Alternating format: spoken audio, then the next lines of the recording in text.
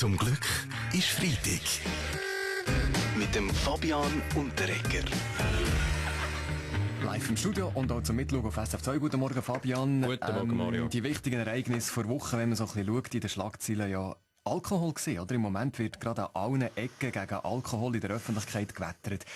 So wird von der Evangelischen Volkspartei EVP ein Alkoholverbot in den Zürcher S-Bahnen gefordert und ein Alkoholverbot bei Risikospiel. Ja. Sport.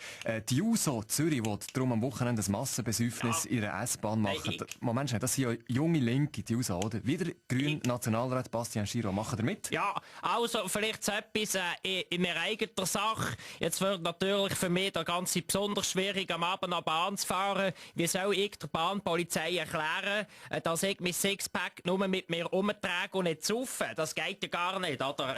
Schon wieder ein Verbot mehr. Problematisch. Ein Verbot mehr, wenn das mit dem Alkohol also kommt in der Bahn. Greift hier der Staat am richtigen Ort ein, wenn es denn so weit würde kommen? Weltwochenchef Roger Köppel. Ein Besoffener ist einer, der sich einklammert. Ein Beispiel. Wenn man nicht mehr trinken in der S-Bahn, wartet der Alkoholiker auf dem Perron buchstäblich auf Entzug. Sehr schön. Ein Wortspiel, Toriani. Wahnsinn.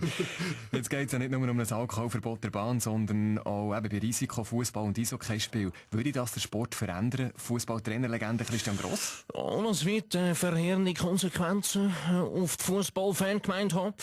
Wenn Alkohol in den Stadien verboten wird, sehen die Fans, wie mies ihre Lieblingsvereine wirklich spielen. Gar nicht gut. Und bei euch, Nicht gut. Nationaltrainer Ottmar Hitzfeld, kein Alkohol mehr in den Stadien? Ja, persönlich kann ich auch aggressiv am Spielfeld rumpöbeln, ohne Alkohol. Und kein Thema natürlich ist Alkohol bei unserem Vorzeigemann, der immer auf dem Boden gebliebene, wahnsinnig Roger Federer. Ja gut, sorry, woher willst du denn das wissen, oder? Was ich denke, ehrlich.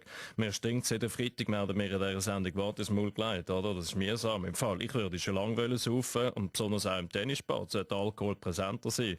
Gut, in Dubai darfst du nicht trinken, schade. Ich hätte einen neuen Werbevertrag auf Lager für Kürze, für Wodka, Champagner, Brandy, Whisky. Und ich sage immer, für besoffen bist du offen. Ciao zusammen, das ist der Blick am Morgen. Solange es noch erlaubt ist, Champis über Bitches zu verspritzen, ist mir das schnuppe egal. Ja, ciao zusammen, da ist der Baschi.